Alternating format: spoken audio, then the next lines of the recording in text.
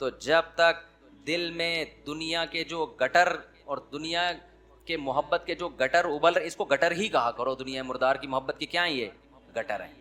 دنیا مردار کی محبت کے گٹر یہ جب تک بند نہیں ہوں گے اللہ کی محبت کے چشمے نہیں پھوٹیں گے. ایک ہی سوراخ سے گٹر کا پانی بھی نکل رہا ہو اور چشمہ بھی نکل رہا ہو، کبھی دیکھا آپ نے؟ بولو نا کیا ہو گیا بھائی؟ جس سوراخ سے چشمے نکلتے ہیں ان سے گٹر کے پانی نہیں نکلتے. اور جن سوراخوں سے کراچی میں تو الحمدللہ یہ مثال سمجھانے کی ضرورت ہی نہیں ہے، ہر سوراخ سے گٹر کا پانی نکل رہا ہے. تو کبھی آپ نے دیکھا چشمے ابلتے ہوئے کراچی میں؟ تو جس دل میں دنیائے مردار کے گٹر کا پانی ابلتا ہو اس دل میں اللہ کی محبت کے چشمے نہیں پھوٹ سکتے. تو یہ حضرت فرماتے تھے یہ مثال سوچیں. کیوں سوچیں؟ آگے بتا رہا ہوں میں. پھر ایک اور مثال سوچیں، اور یہ ہمارے سب اکابر بتاتے رہے ہیں، صرف ہمارے حضرت کی بات نہیں ہے. دوسری کیا مثال؟ کہ جب سفید کپڑوں کو نیل لگایا جاتا ہے اس میں چمک پیدا کرنے کے لیے، تو پہلے میل کچیل کو صاف کیا جاتا ہے. ڈائریکٹ نیل نہیں لگا دیا جاتا ورنہ عجیب سا لگے گا. پہلے اس کا میل اتارا جاتا ہے، اس کے بعد اس میں برائٹنس پیدا کرنے کے لیے، اٹریکشن پیدا کرنے کے لیے، اس گند اور میل کچیل کو دور کرنے کے بعد پھر اس کو نیل کے پانی میں ڈبویا جاتا ہے. پھر کیسا اجلا اجلا اور چمکتا ہوا نظر آتا ہے وہ. تو جب تک دل میں اللہ کے غیر کی محبت کا گند صاف نہیں ہوگا، اللہ کی محبت کے نیل سے دل چمکدار، یہاں تک کھوپڑی شریف میں بات آ گئی ہوگی میرا خیال ہے. پھر حضرت فرماتے تھے پھر اس کے بعد کیا کرنا ہے؟ ابھی تو یہ سوچنا ہے نا، سوچنے کے بعد کیا کرنا ہے؟ پھر اس کے بعد قبلہ رخ بیٹھ کے لا الہ الا اللہ کی ضرب لگانی ہے. آپ لوگ یہ کام نہ شروع کر دیں، وجہ میں بتاؤں گا آخر میں. لا الہ کرتے ہوئے کیا کرنا ہے؟ دائیں طرف سر کو لے کے جانا ہے، اور توجہ یہ کرنی ہے کہ دل سے لا الہ کا مطلب کوئی معبود نہیں، کوئی محبوب نہیں، کوئی بھی نہیں ہے. دل سے کیا کرنا ہے؟ سب کو نکال کے باہر الا اللہ. پھر واپس گردن کو لانا ہے اور دل پہ چوٹ مارنی ہے. کس کی؟ الا اللہ. لا الہ الا اللہ، لا الہ الا اللہ. کوئی نہیں ہے، صرف کون ہے؟ اللہ. تو اس کوئی نہیں میں نا یہ سارا گند نکالنا ہے. یہ گاڑی بھی نہیں ہے، یہ بنگلہ بھی نہیں ہے، یہ پیسہ جس پہ رالیں ٹپکتی رہتی ہیں ہر وقت، اور کسی کو کوئی معشوق ہو اس کو بھی نکال دو اسی بہانے. موقع اچھا ہے، پاگل ہو رہا ہے اس کے پیچھے، اپنی صحت خراب کر رہا ہے، اپنا ایمان خراب کر رہا ہے. تو لا الہ دل سے باہر، الا اللہ صرف کون؟ اللہ. جو بار بار یہ ذکر ہوتا ہے نا، لا الہ الا اللہ، لا الہ الا اللہ، لا الہ الا اللہ، لا الہ الا اللہ، لا الہ الا اللہ. آہستہ آہستہ ذہن بننا شروع کہ میرا معبود اور میرا محبوب کون ہے؟ الا اللہ، بس اللہ ہے. اس پہ میرا خیال ہے کسی کو علمی لحاظ سے اشکال ہو سکتا ہے، بھائی اس حدیث، اس ذکر کا اور اس اسٹائل کا قرآن و سنت میں کوئی ثبوت؟ اس ذکر کا تو ہے لا الہ الا اللہ کا، اس اسٹائل کا تو کوئی ثبوت نہیں ہے. تو خوب سمجھ لیں کہ بطور علاج جب کوئی چیز کی جاتی ہے نا، اس کو تصوف میں شغل کہا جاتا ہے. ایک ہوتا ہے ذکر، ایک ہوتا ہے شغل. تو جو بطور علاج کے جو چیز کی جاتی ہے، مائنڈ بنانے کے لیے کی جاتی ہے، اس کے لیے ثبوت کی ضرورت نہیں ہوتی. اس کے لیے ثبوت کی ضرورت نہیں ہوتی. اس کو سنت اگر کوئی سمجھے گا تو پھر کیا ہے؟ پھر یہ بدعت عمل ہے. بھائی قرآن و سنت سے اس انداز کا کوئی ثبوت نہیں ہے، لیکن ایک چیز تجربے سے ثابت ہو جائے کہ اس کا فائدہ ہو رہا ہے، اور فائدہ ہو کہ وہ چیز حاصل ہو رہی ہے جو اللہ چاہتا ہے، تو پھر اس کے لیے ثبوت کی ضرورت نہیں ہے. ہاں اگر یہ اجتماعی سطح پہ لوگوں کو بلا بلا کے یہ سیٹ اپ شروع ہو جائے نا، تو پھر یہ بدعت کا ذریعہ ہونے کی وجہ سے کیا ہوگا؟ پھر ناجائز ہو. تو آپ یہ کام نہ کریں، کوئی بدعت نہ بن جائے نہیں. لیکن ایک کام آپ لازمی کر لیں، جو میں نے اتنا لمبا چوڑا آپ کو یہ پورا طریقہ بتایا نا، آپ یہ نہ کریں یوں گردنیں، بعض لوگوں کے فرما بھی ٹیڑھا ہو جاتا ہے اس سے کرنے کے بعد، پھر اٹھ ہی نہیں پا رہے نا، وہ ایسے ہی ہو گئے. تو یہ کام نہ کریں، بدعت کا کوئی ذریعہ نہ بن جائے. جب تک کسی شیخ سے باقاعدہ اصلاحی تعلق نہ ہو اور اس کی ہدایات اور رہنمائی نہ ہو، خود سے یہ کام نہ کریں. ایسی چیزوں سے بدعتیں پھر پھیلتی ہیں سوسائٹی میں. تو آپ نے کیا کرنا ہے؟ اللہ سے تعلق بحال کرنا ہے نا، تو اس کے لیے میں طریقے بتا رہا ہوں آپ. روزانہ صبح اور شام میں لا الہ الا اللہ کے ذکر کا معمول بنانا ہے. 10 دفعہ کم سے، دیکھو تبلیغ والے تسبیح بتاتے ہیں، تیسرا کلمہ 100 دفعہ، 100 دفعہ استغفار، 100 دفعہ درود شریف، صبح بھی اور شام بھی. اصل تو یہ ہے، کیونکہ تیسرے کلمے لا الہ الا اللہ خود بخود آ گیا ہے. میں اس سے بھی آسان پیکج بتا رہا ہوں. اصل تو وہ ہے جو تبلیغ والے بتاتے ہیں. میں کیا بتا رہا ہوں اس سے بھی، کہ یار وہ نہیں ہوتا تو لا الہ الا ہی بیچ میں سے نکال لو نا, اسی کا وظیفہ پڑھ لو, اسی کو پابندی سے پڑھ لو. تو جتنے یہاں مرد اور خواتین آج بیان سننے کے لیے آئے ہیں, آج سے عزم کریں کہ ہم نے روزانہ کم سے کم 100 مرتبہ صبح اور 100 مرتبہ شام لا الہ الا اللہ کا ورد کرنا ہے. اچھا, ذکر میں اصل یہ ہے کہ آہستہ آواز سے کیا جائے, جہرن ذکر کو شریعت نے پسند نہیں کیا, لیکن اگر دل لگانے کے لیے معنی اور مفہوم کو کا تصور دماغ میں بٹھانے کے لیے کوئی ہلکی آواز سے جہر کر لیتا ہے, ہلکی آواز سے, بہت شور شرابہ نہ ہو, تو اس میں بھی کوئی حرج نہیں ہے. تو آپ نے کیا کرنا ہے, یہ 2 مثالیں صبح سوچنی ہے, صبح کے وقت کر لیں اور شام کے وقت کر لیں. بیٹھیں قبلہ رخ ہو کے 10 دفعہ استغفار اپنے گناہوں کو یاد کر کے 10 دفعہ درود شریف پڑھ لیا, اس کے بعد ہلکی آواز میں لا الہ مزے لے کے ذکر کرنا ہے. ترخانہ نہیں ہے, 100 دفعہ نہیں ہو رہا نا, 50 دفعہ کر لو. وہ کام جو تھوڑا ہو پابندی کے ساتھ ہو, اللہ کو زیادہ محبوب ہے اس کام سے جو بہت زیادہ ہو لیکن اس کی پابندی نہ ہو. تو کیا کرنا ہے, ہلکی آواز سے لا الہ الا اللہ, لا الہ الا اللہ, اور تصور کوئی نہیں ہے. لا الہ کا مطلب, اللہ قرآن میں کہتے ہیں افرأیت من اتخذ الہہ ہواہ, تم نے ایسے لوگ دیکھے جن کا معبود ان کی خواہشات ہیں, خواہشات کو اپنا خدا بنایا ہوا ہے. تو لا الہ میں آپ نے کیا تصور, میری خواہشات میرا خدا, جس کے دل میں بھی, وہ ہر آدمی کو پتا ہے مجھے کس سے زیادہ عشق چڑھا ہوا ہے آج, گاڑی سے زیادہ ہے, بنگلے سے زیادہ ہے, بحریہ ٹاؤن سے زیادہ ہے, یہ کس سے ہے, جو گھسا ہوا ہے نا دل کے اندر. کسی کو کسی چیز سے ہوتا ہے, کسی کوئی, یہ جو عاشق ہوتے ہیں نا جن کو حرام عشق ہو جاتے ہیں, ان کو کہا جاتا ہے اس محبوبہ کا تصور کر کے دماغ سے نکالو جو حرام عشق ہے. سمجھتے ہو کہ نہیں سمجھتے؟ تو آج سے یہ وعدہ کرتے ہیں کہ نہیں کرتے, 10 دفعہ استغفار, 10 دفعہ درود شریف. پھر یہ مثال بھی سوچنی ہے کہ جب تک جھاڑیاں صاف نہ کی جائیں, پھول بوٹے اس کھیتی میں پیدا نہیں ہوتے. تو میں نے بھی جب تک یہ گند اپنے دل سے نہیں نکالوں گا نا, اس وقت اللہ کی محبت کے چشمے نہیں پھوٹیں گے. اسی نیت سے کہتا ہوں لا الہ کوئی نہیں ہے الا اللہ, صرف کون ہے, خدا کی قسم لا الہ الا اللہ. اگر آپ نے چند مہینے کر لیا, اتنا فائدہ ہوگا کہ آپ کی زندگی تبدیل ہو جائے گی. جتنے نفسیاتی ڈاکٹر جو آپ کو مختلف قسم کی ڈپریشنوں کے علاج بتا رہے ہیں نا, سارے فیل ہیں اس کے سامنے, لیکن شیطان کرنے نہیں دیتا کام. 2 دن کریں گے صوفی بن کے بیٹھ جائیں گے, اس کے بعد اب یہ تو ایسی کچھ فائدہ تو ہو نہیں رہا. چھوڑو یار, اللہ کا نام لینے کی توفیق تو مل رہی ہے نا, فائدے کو مت دیکھو, یہ نہیں دیکھنا کہ فائدہ ہو رہا ہے کہ نہیں ہو, بس نام بھی اللہ کا لینے کی توفیق مل گئی تو یہ فائدہ بھی بہت ہے, لیکن ہوگا فائدہ انشاءاللہ. ایک کام یہ کرنا ہے پوری زندگی پابندی کے ساتھ. اور اگر کسی سے بیٹھا نہیں جاتا, بعض لوگ ایسے ہیں کہ ان کے اسپرنگ لگے ہوئے ہیں, وہ ایک جگہ بیٹھ ہی نہیں سکتے, جہاں بیٹھیں گے اسپرنگ ان کو اٹھا کے دوسری جگہ لے جائے گا, وہاں بیٹھیں گے اسپرنگ اٹھا کے ان کو تیسری جگہ لے جائے گا, وہ بیٹھ ہی نہیں سکتے. تو چلتے پھرتے کر لو یار, جس طرح آپ کا دل لگ رہا ہے, آپ کا دماغ معنی اور مفہوم کی طرف جا رہا ہے, اس طرح کر لو. سمجھتے ہو کہ نہیں سمجھتے؟ نہیں بیٹھا جا رہا, چلتے ہوئے کر لو, ڈرائیونگ کے دوران کر لو, لیکن ترجمہ اور مفہوم سوچ کے یہ ذکر کرنا ہے. سمجھتے ہو؟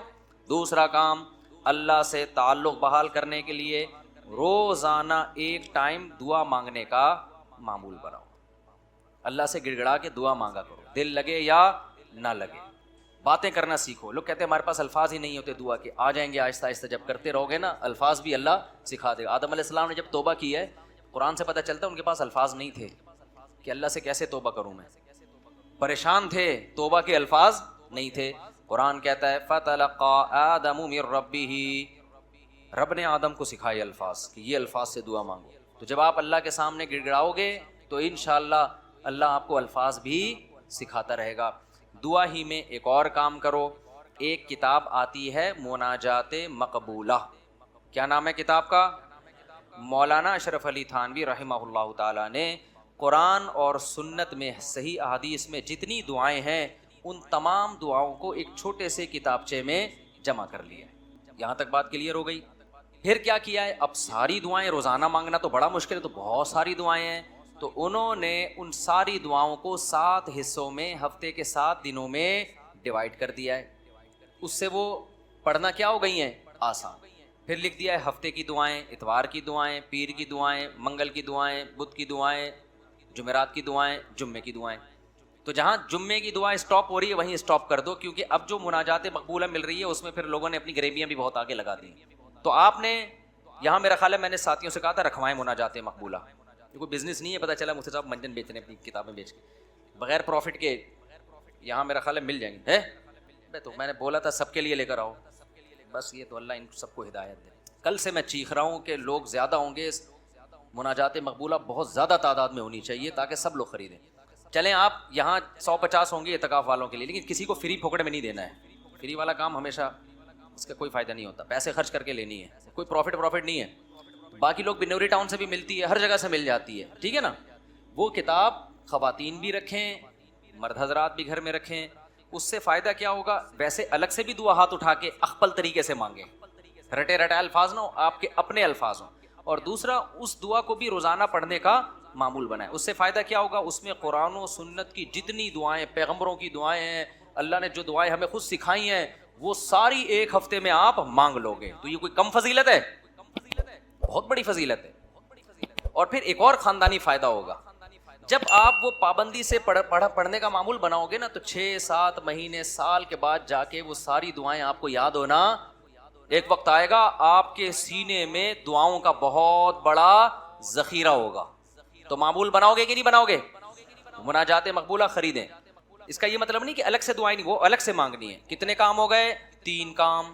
چوتھا کام دعا, وہ تو میں پہلے بتا چکا ہوں, یہ تیسرے کام میں آ گیا. چوتھا کام آپ نے کیا کرنا ہے, روزانہ کم سے کم 1 پارے کی تلاوت کرنی ہے. موبائل سے جان چھوٹے گی نا, لوگ کہتے ہیں پھر بھائی سارا دن موبائل میں رگے رہتے ہیں, تو موبائل نہیں ہو تو کیا کریں. تو یہ کام کریں گے تو پھر تھوڑا بہت موبائل کے لیے وقت بھی آپ کو مل جائے گا. تو پہلے اپنے آپ کو اچھے کام میں بزی تو کریں نا. تو کیا کرنا ہے, روزانہ 1 پارہ قرآن کی تلاوت. اگر آپ اٹک کے پڑھتے ہیں, 1 پارہ پڑھنا بہت مشکل ہے, تو ٹائم کر لیں آپ کہ میں روزانہ آدھا گھنٹہ قرآن مجید کی تلاوت کروں گا. یہ بھی مشکل لگ رہا ہے تو زیادہ فنٹر بننے کی ضرورت نہیں ہے, آپ کہیں 25 منٹ کروں گا. یہ بھی مشکل لگ رہا ہے تو کوئی بات نہیں, 20 منٹ پہ لے آئیں. یہ بھی مشکل لگ رہا ہے 15 منٹ پہ لے آئیں. یہ بھی مشکل لگ رہا ہے آپ پہلے صرف 10 منٹ میں تلاوت کروں. کوئی ٹینشن کی زیادہ کے چکر میں نہ پڑیں. شیطان کیا کہتا ہے, تو بہت نیک آدمی, یہ 10 منٹ سے کیا ہوتا ہے, سارا مسئلہ یہاں سے خراب ہوتا ہے. آپ 10 منٹ بیٹھ جاؤ قرآن لے کے. وہ 10 منٹ جو پابندی کے ساتھ ہو, اس 2-3 گھنٹے کی تلاوت سے بہتر ہے جس میں 2 دن بہت بڑا ولی اللہ بنا ہوا ہے, اس کے بعد مارکیٹ سے شارٹ ہو گیا. آئی بات سمجھ میں؟ تو روزانہ کیا کرنا ہے, تلاوت کا معمول بنانا ہے. کتنے کام ہو گئے؟ 4. 5واں کام کیا کرنا ہے آپ نے, دیکھو قرآن میں تہجد کی اتنی زیادہ فضیلت اللہ نے بیان کی ہے نا, کہ ایسا لگتا ہے کہ جو جنت میں جائیں گے وہ تہجد تو پڑھتے ہی ہوں گے لازمی. یعنی قرآن سے ایسا لگتا ہے, کہیں بھی ایسا نہیں ہے کہ جنتیوں کی صفت بیان کی اور تہجد کا اس میں تذکرہ نہ ہو. تو ہمت کر کے نا رات کو 2 سے 4 رکعتیں کم از کم پڑھنے کا معمول بنا لو. اور اس 4 اور جو دعا کرو گے نا, وہ اسی 4 رکعتوں کے بعد, وہ جو ایک معمول میں نے بتایا نا دعا کا, کیونکہ سب سے زیادہ قبولیت کا وقت کون سا ہے, رات کا آخری. تو ہماری خواتین کو بھی ان چیزوں کا اہتمام کرنا چاہیے اور ہمارے مردوں کو بھی. آپ دیکھنا انشاءاللہ زندگی میں آہستہ آہستہ زبردست تبدیلی آنا شروع ہوگی, سکون آنا شروع ہوگا گھروں میں, اطمینان. ایک دم سے نہیں ہو جاتا سب کچھ, تھوڑا سا اللہ سے کنیکشن بحال ہونا یہ تو ہے. یعنی یہ فرائض واجبات کے بعد کی بات کر رہا ہوں. اور دوسرا جو اللہ کے مخلوق کے حقوق ہیں, ان میں سب سے بڑا حق یہ ہے کہ مخلوق پہ پیسہ خرچ کیا جائے.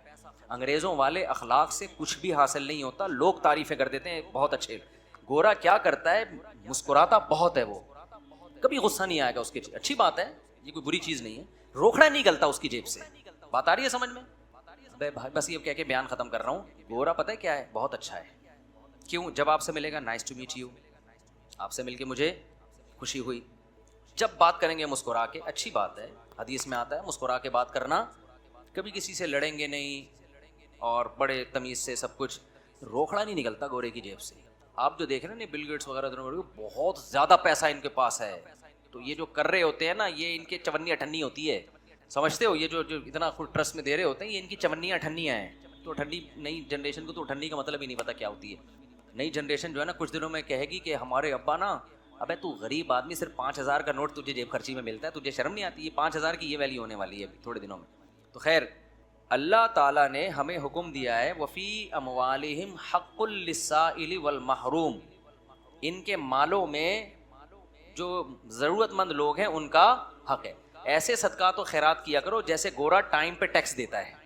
ان کے یہاں ٹیکس کی بڑی ویلیو ہے, اچھا شہری ہے, ٹیکس میں ڈنڈی نہیں مارتا. ہم ٹیکس بھی دیں گے لیکن ہم اپنے رشتہ داروں پہ, غریبوں پہ, ضرورت مندوں پہ ایسے تجوریوں کا منہ کھولیں گے کہ گویا یہ اللہ کی طرف سے ہم پہ ٹیکس ہے. کنجوسی ختم کرو معاشرے میں. زکوٰۃ دیتے ہوئے جان نکل رہی ہے, حالانکہ کتنی تھوڑی سی زکوٰۃ ہے یار, کتنی تھوڑی سی زکوٰۃ ہے. بیٹیوں کے نام ہو رہا ہے زیور تاکہ زکوٰۃ نہ دینی پڑے. خوشی خوشی دو یار, سال میں ایک دفعہ ایک اسلام کا رکن ادا کرنے کا موقع مل رہا ہے, اس سے بڑھا کے دیا کرو. 2.5% ہے, ہم 5% دیں گے جی. غریبی اللہ بھی تو ہمیں ضرورت سے زیادہ دے رہا ہے کہ نہیں دے رہا؟ جتنا اللہ کے ذمے ہمارا رزق ہے وہ تو 2 روٹی ہے, صبح اور ایک شام, اور بالکل فٹ فاٹ رہتا ہے. لیکن اللہ پراٹھے بھی کھلا رہا ہے. اللہ ہم تختوں پہ بھی سو سکتے ہیں, لیکن اللہ نے سونے کے لیے ہمیں کیا دیے ہوئے ہیں؟ گدے دیے ہوئے ہیں. ہر چیز ہمیں اللہ نے, ایک جوڑا ہمارا گزارے کے لیے کافی ہے جو سطر کو ڈھانپ لے. لیکن پیٹیاں کھولو, پوٹلوں کے پوٹلے نکل کے گریں گے نیچے. میرے بھائی اللہ کیا ہمیں ترسا ترسا کے دیتا ہے؟ ہماری ضرورت سے کئی گنا زیادہ. تو جب اللہ ہم سے مانگتا ہے تو ہمیں بھی چاہیے اللہ کے لیے اپنے ہاتھ کو کھلا رکھیں. تو جتنے خواتین یہاں بیٹھی بیان سن رہی ہیں, جتنے مرد, ہر مہینے معمول بنائیں, کچھ نہ کچھ اماؤنٹ پابندی سے صدقہ کریں گے, اور اپنے بچوں کو سکھائیں. یہ بچوں کو پتہ ہے آج کل کیا سکھایا جا رہا ہے؟ بیٹا پیسہ جو ہے نا, اس پہ کبھی کمپرومائز نہیں کرنا. ہر وقت ان کے سامنے دولت کی باتیں, پیسے کی باتیں, دولت کی باتیں, پیسے کی باتیں, بزنس کی باتیں. لہذا جس بچے کو جاب نہ ملے وہ کھمبے سے لٹک کے مرتا ہے. پھر وہ بچے کو توکل کی باتیں کرو. بیٹا پیسہ ویسا کچھ نہیں ہوتا, ٹھیک ہے اللہ نے ہمیں بہت دیے, لیکن یہ سب کچھ نہیں ہے. اصل عمل ہے. اصل کیا ہے؟ عمل ہے. قارون جب اپنے خزانوں کے ساتھ نکلا تو غریبوں نے کہا پیسہ ہی سب کچھ ہے. اہل علم نے کیا کہا؟ بھائی یہ کچھ بھی نہیں ہے, اصل عمل ہے. یہ اہل علم نے کہا نا, قرآن میں کئی بار ہی بتا چکا. تو اپنے بچوں کو سکھاؤ, بیٹا پیسے کسی کی دولت دے کے رالے مت ٹپکانا. اصل کیا ہے؟ عمل ہے. صدقہ خیرات, یہ پیسے والا اگر صدقہ خیرات کرتا ہے تو بہت اچھا, نہیں کرتا تو بیٹا یہ پیسہ وبال جان ہے. تو بچپن سے ان کو عیدیاں دیا کرو, تو ان کو بولا کرو کہ کچھ صدقہ کرو اس میں سے. ہماری حضرت تو فرمایا کرتے تھے جب فقیر کو پیسہ دینا ہو نا, بچے کے ہاتھ سے دلواؤ, تم دے کر آؤ جا کے, تاکہ اس کو پیسہ دینے کی عادت پڑے. اپنے بچوں کے سامنے اپنی بہنوں پہ خرچ کیا کرو, اپنے رشتہ داروں پہ خرچ کیا کرو, تاکہ ان کو بھی بڑے ہو کر عادت پڑے کہ ہم نے بھی کیا کرنا ہے, اپنے بہن بھائیوں پہ خرچ کرنا ہے. ابا مر رہا ہوتا ہے, وصیت کر رہا ہوتا ہے میری بیٹیوں کا خیال کرنا, اگلا بول رہا تھا تو نے کون سا اپنی بہنوں کا خیال کیا کبھی زندگی میں؟ دادا یہی حسرتیں لے کے دنیا, ان کی بہنوں کی تو وراثتیں کھا کے بیٹھا ہوا ہے ابا ہمارا, پھوپھیوں کی وراثتیں کھا کے, ہوتا ہے نا, ابا نے سارا وہ اسی سے تو چل رہا ہے. تو بھائی دل بڑا کرو گے تو اللہ بھی کیا کرے گا, ہاتھ اپنے بڑے گا. اور دل کنجوس کرو گے نا, ایسے بچا بچا کے گلک لا کے دیے ہوئے بچوں کو.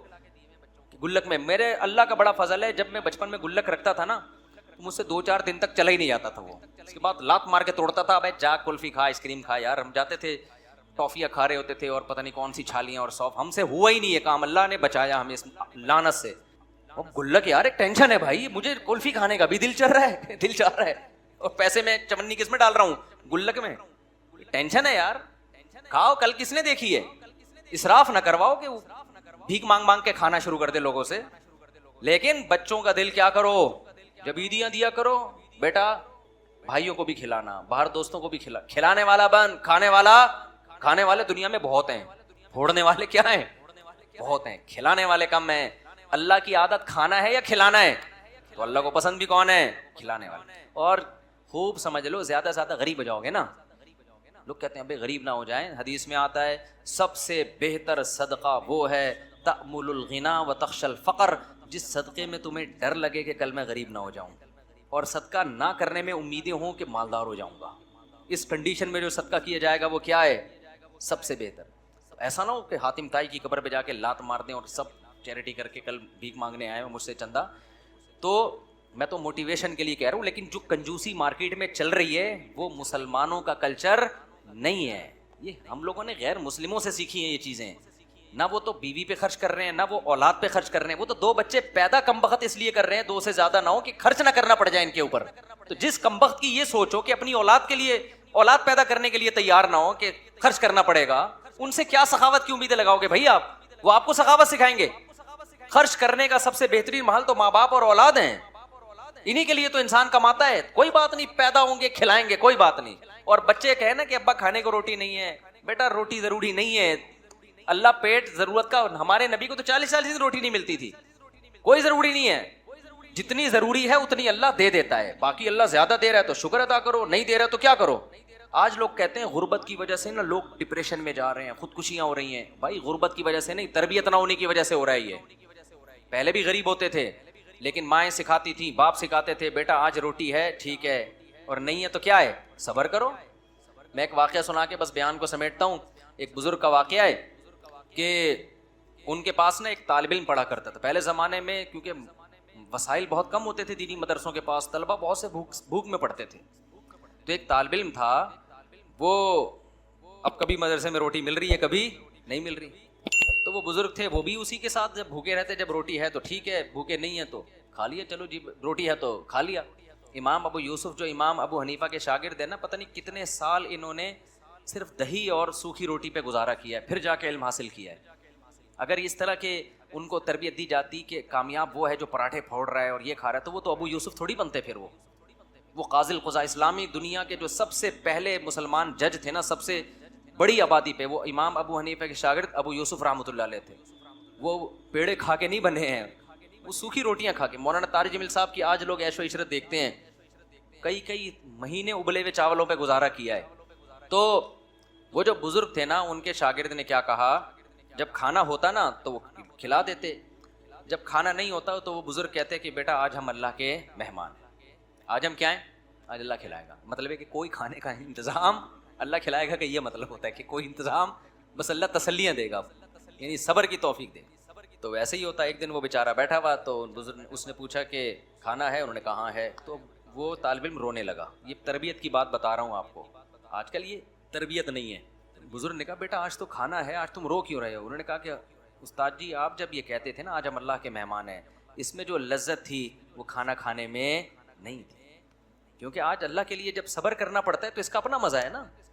روزے میں بھی تو ہم بھوکے پیاسے رہتے ہیں، لیکن اس کا ایک لطف ہے. یہ کس کے لیے رہتے ہیں؟ یہ اللہ کے لیے رہتے ہیں. ویسے کوئی ہمیں بھوکا پیاسا ذرا رہ کے، تو ڈاکٹر کہہ کہ تھک گئے، کم کھاؤ، کم کو مانتا ہے، خود ڈاکٹر نہیں مانتا اپنی بات. ادھر میں بیٹھا ہوا تھا، میں طلبا کو نا یہاں لڑکوں کو سمجھا رہا تھا، دیکھو بریانی یا شریانی یعنی پھوڑا کرو، ایکچولی ہماری ڈائٹ یہ ہونی. میں بہت زبردست کھانا آیا، میں نے بھی پھوڑ دی بیٹھ کے. مجھے خود یاد نہیں تھا کہ میں ابھی تھوڑی دیر پہلے نصیحتیں کیا کر رہا تھا، ابھی پرسوں کی بات. تو یہ مجھے کہنے لگے آپ تو سمجھا رہے تھے یہ کھاؤ. میں نے کہا بھائی اس تقریر کو الگ رکھ، کھانے کے بعد دوبارہ ہم اس پہ ڈسکس، ابھی بھوک لگ رہی ہے پھوڑنے تھے. تو بھائی جو سمجھا رہا ہوتا ہے وہ بھی پھوڑتا ہے، ڈاکٹر خود پھوڑ رہے ہوتے ہیں. لیکن کیسے اللہ کے کہنے پر یار اللہ ہمیں توفیق دیتا ہے. پورا مہینہ کھانا پینا ایسا جام ہوتا ہے، ایک قطرہ حلق میں پانی کا نہیں اترتا. یہ خدا کے حکم کے بغیر ممکن نہیں ہے. تو اس کا اپنا ایک سکون ہے، ایک لذت ہے. اس میں ٹینشن تھوڑی اتنی انسان پال سکتا ہے. اس میں ایک خاص لذت ہے کہ کس کے لیے یہ اللہ کے لیے ہے. تو یہ جو میں نے آپ کو معمولات بتائے ہیں، کوشش کریں گے نا اس پر عمل کرنے کی.